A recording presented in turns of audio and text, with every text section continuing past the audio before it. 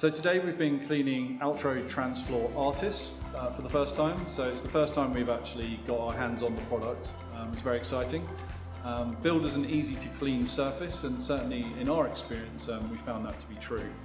We know how well our cleaning products work, and the dirt was really released a lot more easily from this surface than we've experienced on other transit flooring.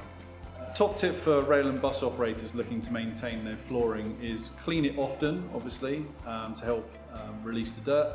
Also pre-treat a floor with a pre-spray, as we have done today, and then mop out using clean water afterwards. That saves moving dirty water all around the compartment and even potentially between vehicles.